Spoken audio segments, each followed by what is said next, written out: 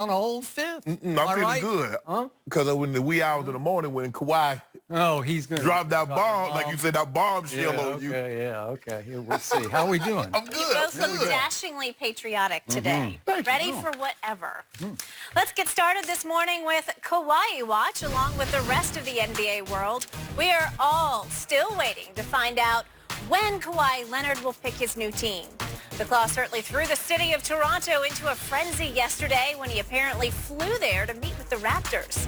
Most insiders expected Toronto to get the last shot at convincing the Finals MVP to stay. The Clippers and Lakers both had their meetings earlier this week in LA.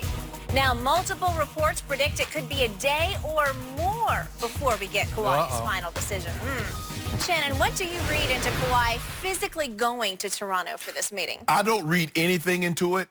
It was said that they would get the last meeting. I think what happened is that when LeBron, Skip, let's go back a decade. The three biggest free agents this decade has been LeBron James in 2010, KD, and now Kawhi Leonard. LeBron had everybody come to him. Miami came to him. Chicago came to him. I think the Knicks came to him. Everybody that was interested in LeBron James came to meet him in Akron. Okay. Kevin Durant. Now, we don't really know what Kevin Durant, what transpired, but we do know, because it's been highly reported, they dubbed themselves the Hampton Five. Iggy and Draymond and Clay, all those Steph, they got on the plane and went to visit KD in the Hamptons. They did. They went to him. Kawhi is a little different animal. I'd say you just made the understatement of the decades.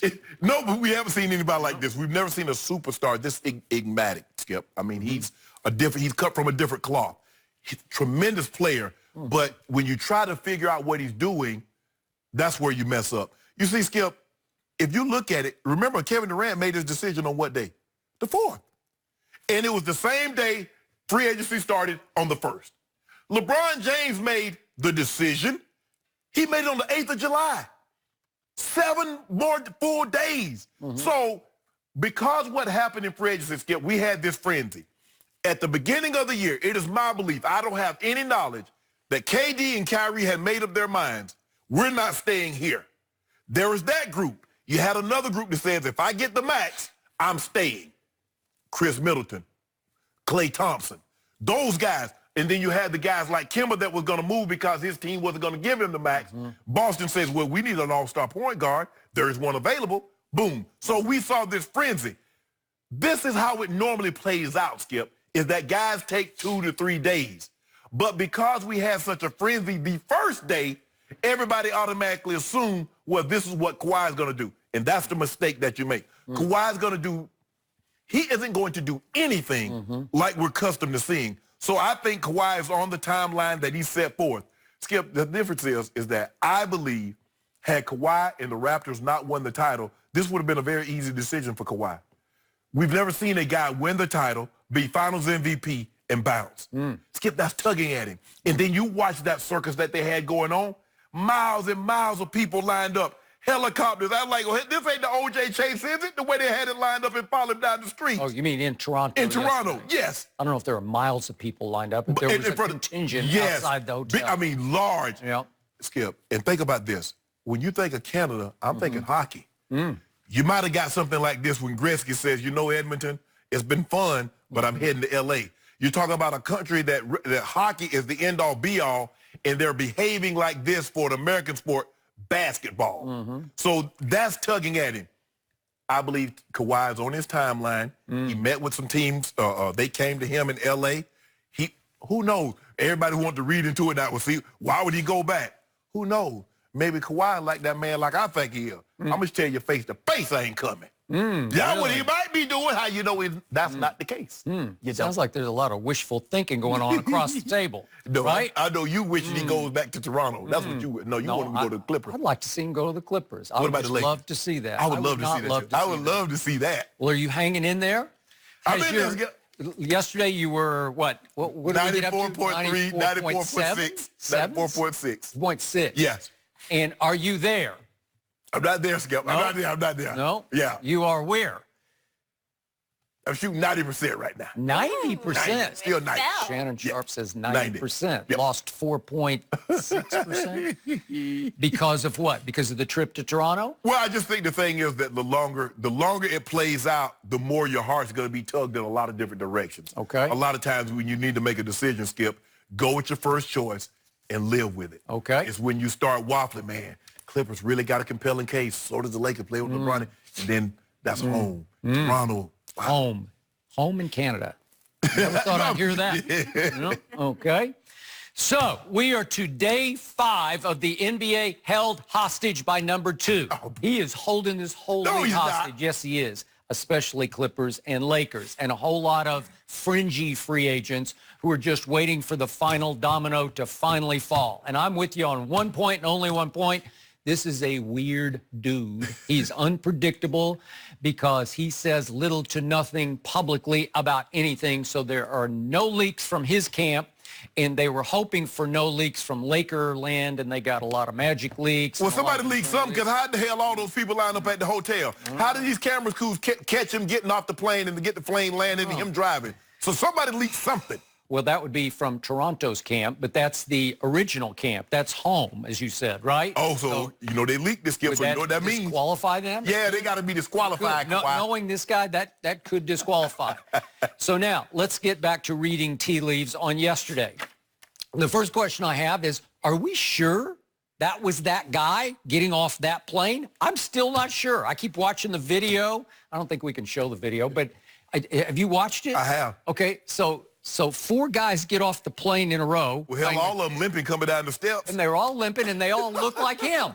It's like, did they put body doubles on the plane? I don't know. I don't know what they're doing. They're trying to mislead everybody. Which one is he? Yes. Like, you know, it's like the classic movie where you go this way and he goes that way, and you're not sure who it was. Yes. Because they all look the same to me, right? They did. They all kind of look like him. Dressed in black hoodies. Okay. I guess they had those sandals, flip-flops, whatever they were. Was that the point? I don't know what's going on. So was that really him? I don't know for a fact that he did go to Toronto. So now let's boil it down.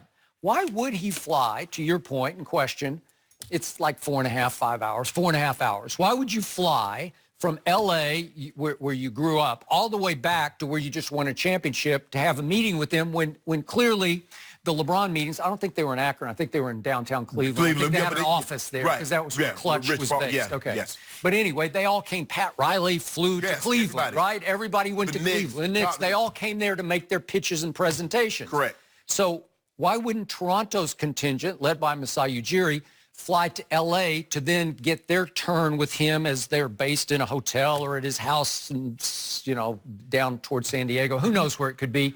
Why wouldn't you go there to make your pitch for expediency, just to further the process? Because it would go faster if everybody was in one city. But what about the timeline that says, okay, I would meet with Brooklyn. I'm going to meet with the Knicks. Brooklyn signs Kyrie and KD, so they're done. So the Knicks canceled the meeting. So he was already coming. He had already anticipated, I'm coming back towards the East Coast. Brooklyn, Knicks, Toronto. Okay, but they're out. They canceled. Yeah. So everything changed. So I'm going changed back quickly. No. It's just like, we're going to talk about this later. It's like Steph. He's already coming to meet KD, so when KD even makes his announcement. No, but he was literally on the flight from Shanghai when he hears kaboom, up. He's going to the Nets. Kawhi's a man of his word. If he says, I'm going to meet with you, he's going to meet with you. I know, but everything changed. No, it didn't change for him. Yes, it did. No. And now we're back to a question you actually raised to me earlier this week. Why exactly do you need to sit down with Toronto again? Are you going to change everything? Do you want the staff changed? Do you want to go for a severe load management? Do you want to only play 41 of 82? I don't know. No, seriously. But let me tell you how it works.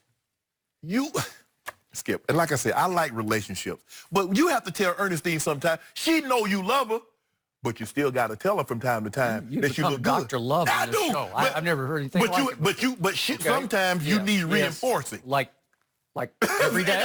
Every day? Ernestine, make him tell you even more than what he tells you. So Kawhi, maybe he needs reassuring that you feel this way about me. All of this is possible because nobody knows, which leads to my bigger picture here. In my career, I have never seen anything like this because we have so many high-level reporters covering the National Basketball Association, so many I know and have such high regard for. They are all chasing their tails right now because they're having to depend on second and third hand. And it's not even information. It's more of, I think that. It's more opinions of what we think he's going to do. And then they're forced, because they're under pressure to report something. We're hearing this. Everybody's hearing this, but they're not hearing it from the horse's mouth. Or Uncle Dennis. Or that from inside. They're hearing it externally, maybe second, third hand, right? So I'm just going to quickly go down yesterday. This is how baffling and befuddling it was for me. My friend Brian Windhorst reports on ESPN that number 2 wants to be a Clipper. That's what I heard yesterday, okay? So fine, let's start with that. But then we had Rick Bucher sit right here on our show, late in the show yesterday, and say, he's going to Toronto. That's the first I'd really thought about that. Like, he is, but I didn't even know he was, at that moment, he was actually flying to Toronto, right? If, in fact, he was on that plane. Yes. Okay? And then